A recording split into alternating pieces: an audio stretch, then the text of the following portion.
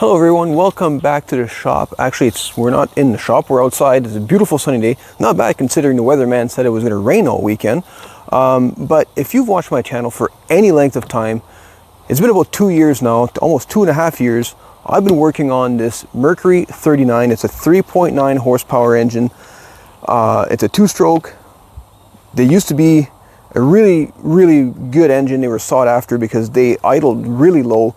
Good power for what they were, and I've been battling this thing for a long time, 2 years. So you guys are probably thinking, well, this is the final video. Well, it is the final video because I'm pulling the plug on this. I rarely say that in any of my videos. I always get a good return on what I fix. I mean, usually I fix everything that comes in, but sometimes you just got to give up. So here's the situation. Yesterday, and I kid you not, I had it running in the shop in a small pail. I had a 5-gallon pail because, well, I had it in the vise that's been hostage to this machine for the last 2 years, and I need the vise now. It's been a long time. So had it running. It was actually running okay, like, to be honest with you, and it was idling down. It was doing exactly what I wanted it to do, and I still think that it was caused by that little diaphragm all this time. They probably had a pinhole, didn't pump fuel or pumping too much fuel. So after I had it running, I was about to start doing some adjustments on the carburetor, which is when I noticed that, guess what?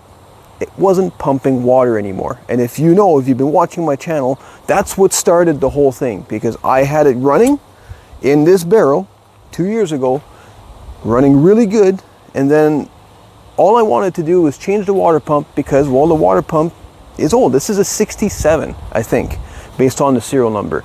So yeah, now it won't run and it won't pump gas, or sorry, it won't pump water anymore.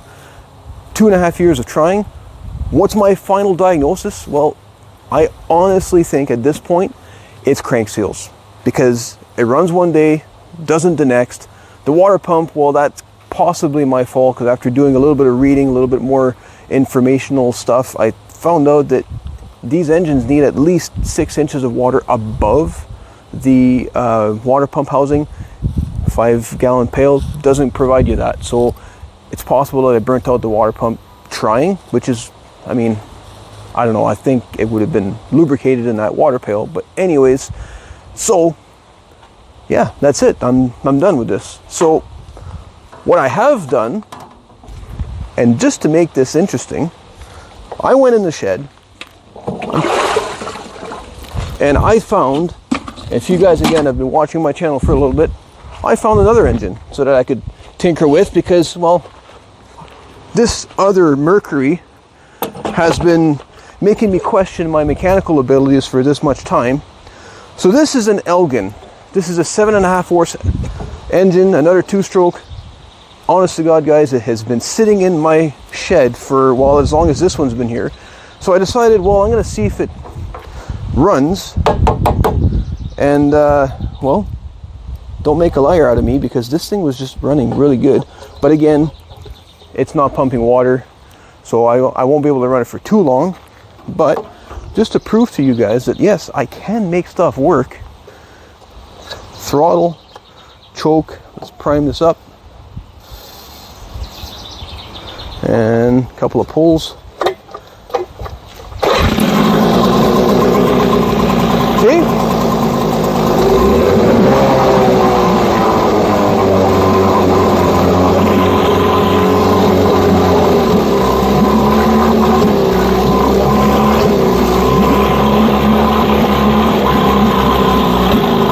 And it does go in gear. Got a bit of a hiccup. See if I can set the carburetor here, give it some more fuel.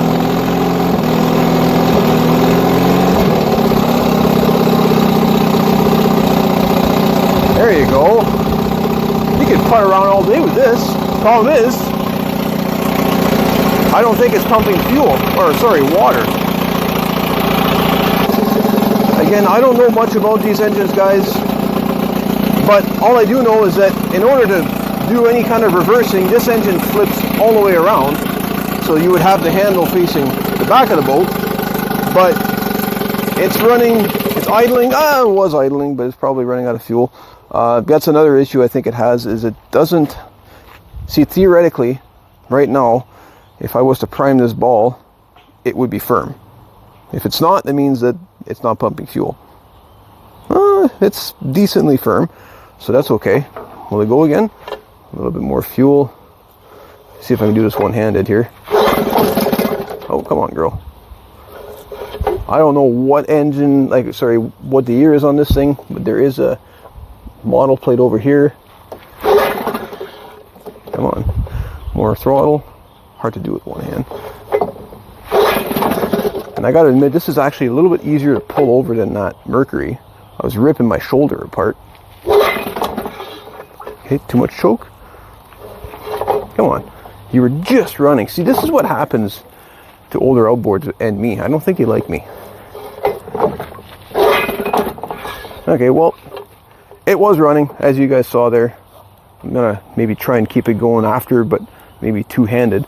But anyways, I want to know what you guys think. Is it worth repairing? Should I put a water pump in this thing because it only ran for that little bit of time, and its cylinder heads are pretty warm? So that tells me that there's nothing going through the jackets, keeping it cool. And I mean, these engines run fairly hot. It is a nice little 2-cylinder, which is really cool. But yeah, let me know what you think. This engine used to be my grandfather's, and just like my Big Bear, he was kind of like myself. He tinkered around with a lot of different things. He was a master at outboard engines. He had a lot more patience, I think, and that's probably why he was able to get these things running the way they did.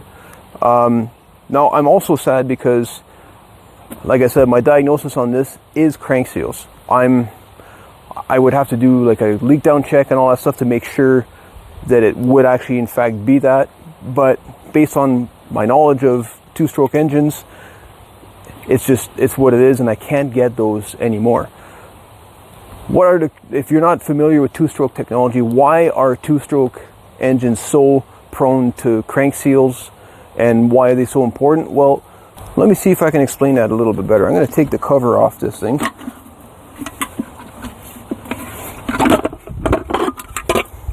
And kind of do a little bit of pointing.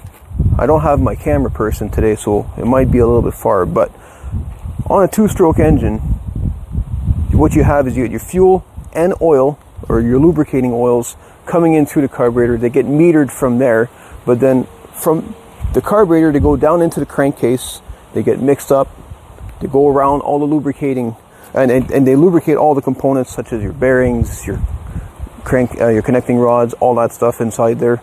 Then it gets pushed up into the cylinder to get burnt and exhausted. So if those seals aren't allowing, if they're allowing extra air into the crankcase, well then that means that extra air causes that cylinder to be a little bit on the lean side. It doesn't have enough fuel to do its job, and it's also not enough fuel to lubricate, or could possibly add a problem with the lubrication part of all these components down below. So it's important to note that those seals actually do a majority of the metering when it comes to a 2-stroke engine. And this is also for like chainsaws, cut-off saws, string trimmers, any 2-stroke engine that works off this same principle. You need to have good seals. That crankcase has to be completely sealed from the outside so that all that fuel that is metered from the carburetor makes its way into the cylinder head at the proper ratio. So now that I can't get those, this engine is no longer, I mean, it's unfortunately, but it's like an anchor right now.